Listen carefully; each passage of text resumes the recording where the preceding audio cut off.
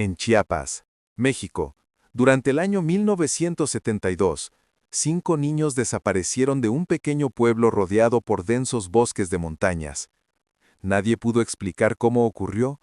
No hubo rastros de lucha, ni huellas de animales que los hubieran arrastrado, y lo más inquietante, no se escuchó un solo grito. Los vecinos aseguran que aquella noche, el bosque parecía respirar de manera distinta, como si algo antiguo y dormido hubiera despertado para reclamar lo que le pertenecía. San Miguel de las Cumbres era un pueblo diminuto, con apenas 50 familias. Sus casas de adobe y techos de teja se encontraban alineadas a lo largo de un camino principal de tierra, rodeadas de colinas cubiertas por selvas densas y arroyos cristalinos. Los habitantes eran campesinos y pastores, acostumbrados a la rutina de la vida rural, y a pesar de las historias que los ancianos contaban sobre el bosque, nadie sospechaba que esa noche cambiaría todo para siempre. Los ancianos hablaban de luces que aparecían entre los árboles, de susurros que llamaban por nombres que no existían, y de un canto que, si se seguía, podía hacer que alguien se perdiera para siempre. Pero esas historias eran consideradas simples supersticiones, cuentos para asustar a los niños, y pocos les prestaban atención. La tarde del 17 de marzo de 1972, 5 niños, Emilio, Javier, Rosa, Martín y Luis, salieron a jugar al atardecer. Llevaban consigo una pelota de trapo, hecha con restos de ropa y cuerdas, y corrieron hacia el claro del bosque donde solían jugar. Era un lugar visible desde algunas casas, por lo que nadie se preocupó al verlos adentrarse un poco en la arboleda. Conforme caía el sol, la neblina comenzó a cubrir los caminos. A las 7 de la noche, las madres salieron a buscarlos, llamándolos por sus nombres, pero no hubo respuesta. La pelota no rebotaba, no había risas, solo el sonido del viento y un murmullo sutil entre las hojas. Los hombres del pueblo comenzaron a buscar con linternas de aceite, siguiendo los senderos que los niños tomaban habitualmente. Sin embargo, a medida que se adentraban más en el bosque, los caminos parecían cambiar de dirección por sí mismos. Árboles que antes estaban a un lado, ahora obstruían el paso. Raíces sobresalientes formaban barreras invisibles, y una sensación constante de ser observado helaba la sangre de quienes avanzaban. Don Raimundo, uno de los hombres más ancianos, relató haber visto una figura pequeña detrás de un tronco. Corrió hacia ella, gritando los nombres de los niños, pero no encontró a nadie. Solo unas marcas extrañas en el suelo, profundas, como si algo pesado se hubiera arrastrado sin levantar polvo. Durante 3 días, la comunidad buscó sin descanso. Más de 50 personas recorrieron cada rincón del bosque, acompañados por los perros del pueblo, que se negaban a avanzar a cierta distancia. Los animales ladraban y regresaban con el rabo entre las piernas, como si una fuerza invisible los detuviera. Al 4.º día, un hallazgo perturbador. La pelota de trapo de los niños apareció intacta en la entrada del bosque. Estaba limpia, colocada cuidadosamente, y alrededor de ella, las hojas formaban un círculo perfecto. Nadie supo cómo ni por qué. Esa misma noche, los aldeanos escucharon risas provenientes del bosque, voces infantiles que llamaban por sus madres, mezcladas con un murmullo incomprensible. Algunos valientes salieron a investigar, pero solo encontraron niebla espesa que se movía como si tuviera vida propia y sombras que desaparecían al acercarse. Desde aquel momento, San Miguel de las Cumbres cambió para siempre. Los niños nunca regresaron, y el bosque comenzó a ser respetado por todos. Nadie se atrevía a acercarse después del atardecer. Algunos afirmaban haber visto figuras pequeñas entre los árboles, con ropas antiguas, observando desde la neblina. El padre Andrés, sacerdote del pueblo, comenzó a registrar cada suceso extraño en sus cuadernos. Documentaba los ruidos, las sombras y los objetos que aparecían de manera inexplicable. Una de sus notas dice: «El bosque nos escucha, sabe cuándo hablamos de él. Esta noche sentí una respiración detrás de mí, y aunque no vi nada, el aire se movía como si alguien invisible estuviera ahí. Si estos escritos llegan a alguien más, que sepa que no fue un castigo, fue un llamado». Dicen que el bosque tiene vida propia, que respira, que observa, y que cuando decide guardar un secreto, lo hace para siempre.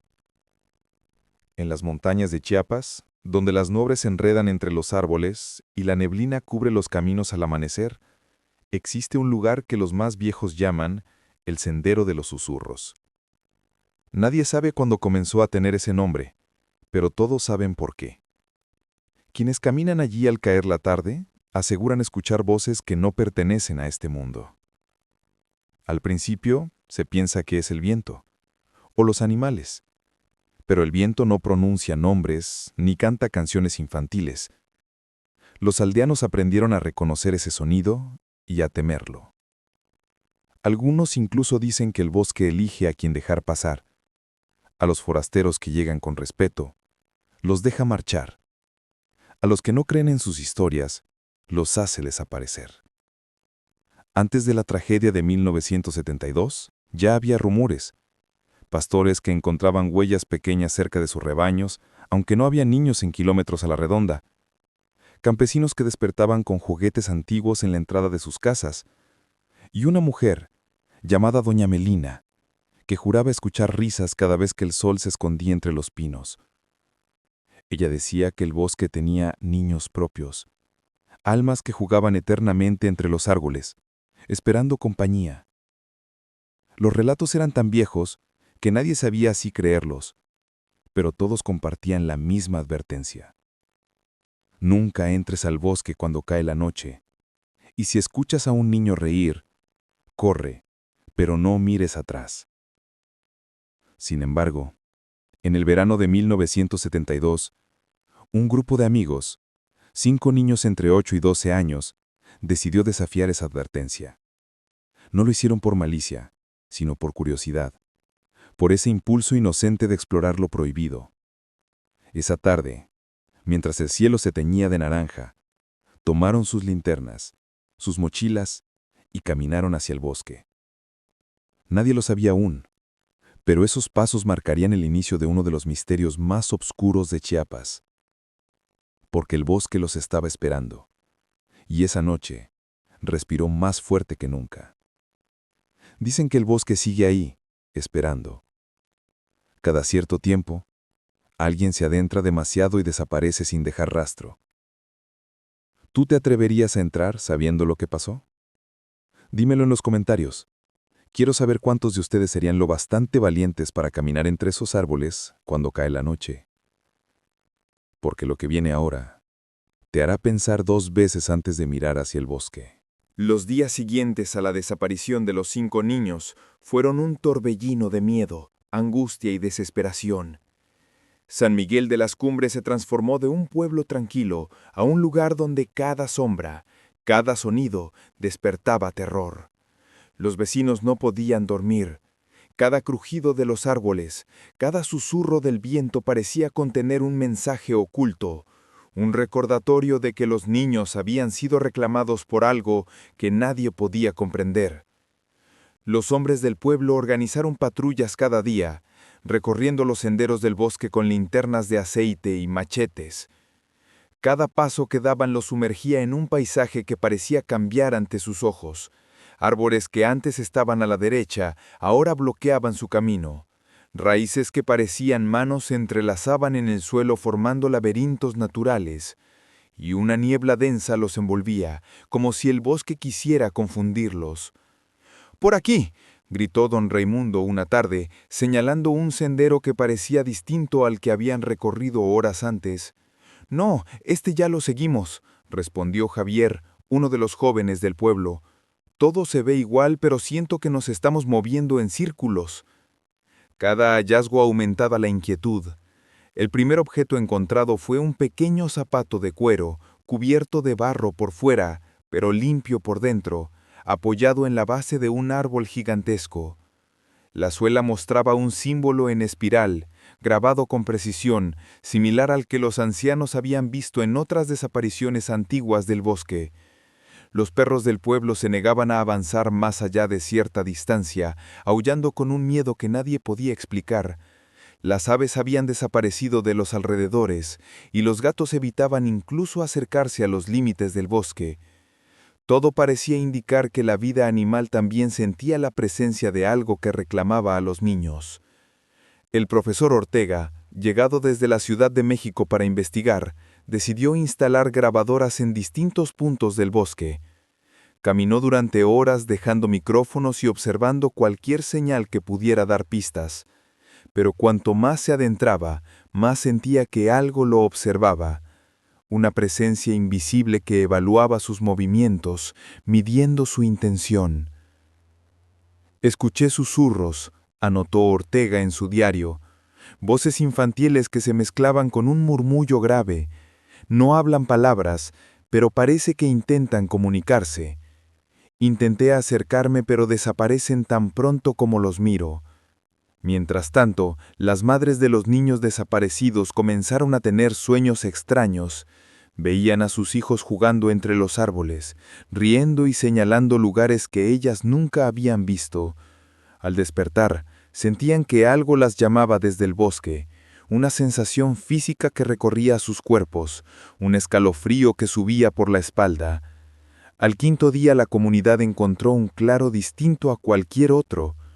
Piedras alineadas formaban un círculo perfecto y sobre ellas se encontraba la pelota de trapo de los niños.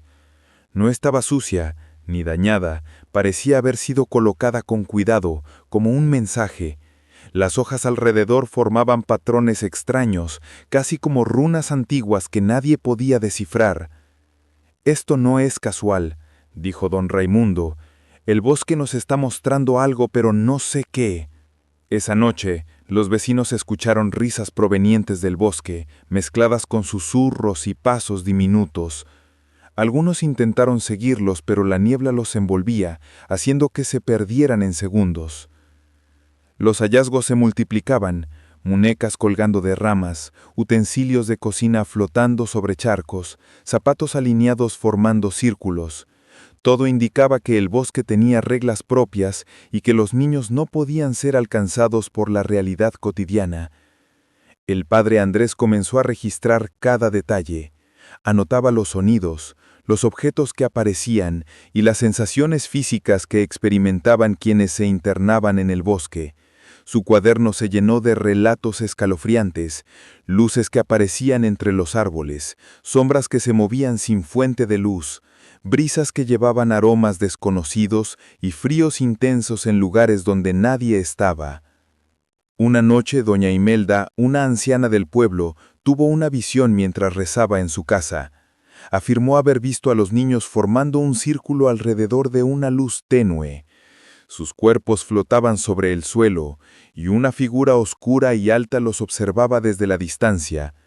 La mujer aseguró que la figura emanaba un poder antiguo y que los niños eran protegidos, pero también mantenidos cautivos por esa presencia. Al siguiente día, Ortega y el padre Andrés investigaron el claro, pero no encontraron rastros de los niños ni de la figura. Solo quedaron las piedras formando un patrón en espiral, idéntico al grabado en el zapato hallado días antes. Cada día que pasaba la evidencia de fenómenos inexplicables crecía y los aldeanos empezaban a aceptar que el bosque no solo escondía a los niños, sino que los había transformado en algo que trascendía la vida y la muerte. A medida que pasaban las semanas, la desaparición de los niños se convirtió en el eje de toda la vida en San Miguel de las Cumbres. La tranquilidad del pueblo se había evaporado, reemplazada por un miedo constante. Cada amanecer traía consigo un recordatorio. Los niños no regresaban, y el bosque parecía reclamar su presencia. Los aldeanos comenzaron a notar cambios en la flora y fauna que rodeaban el pueblo. Los perros se negaban a acercarse al bosque, aullando hacia el interior con un temor que nadie podía explicar.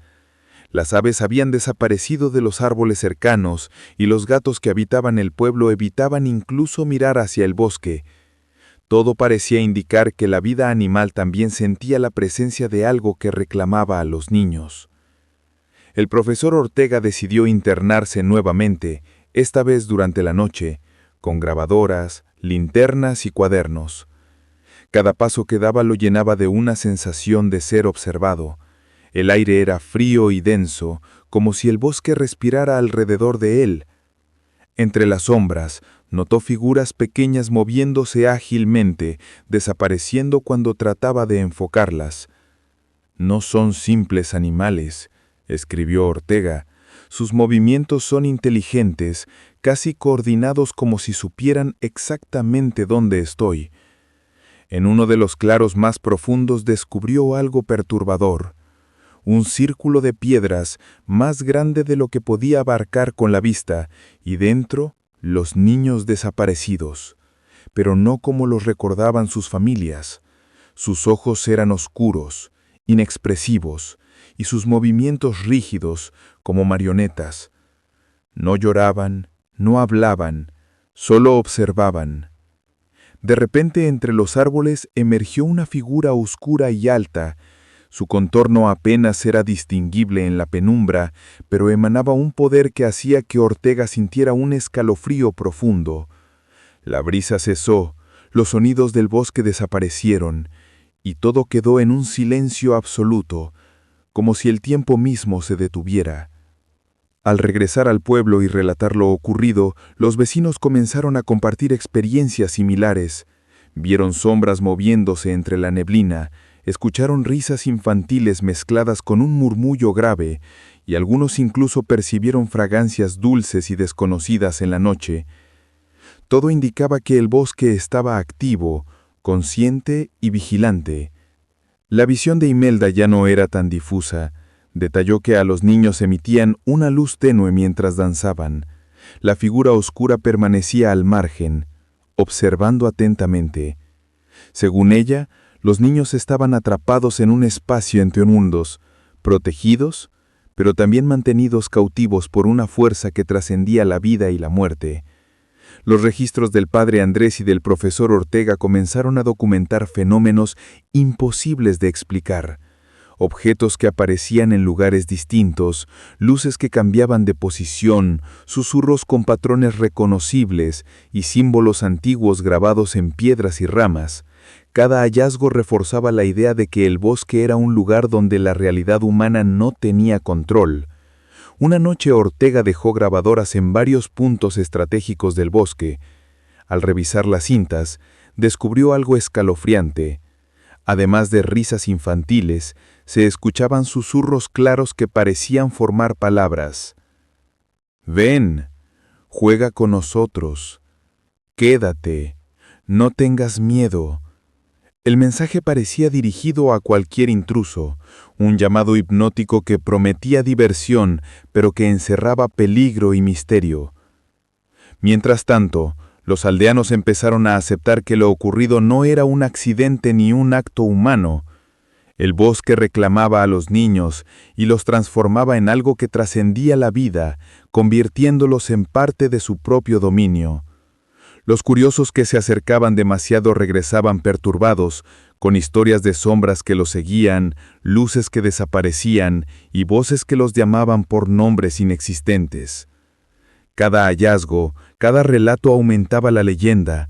El bosque era un lugar vivo, consciente, con reglas propias.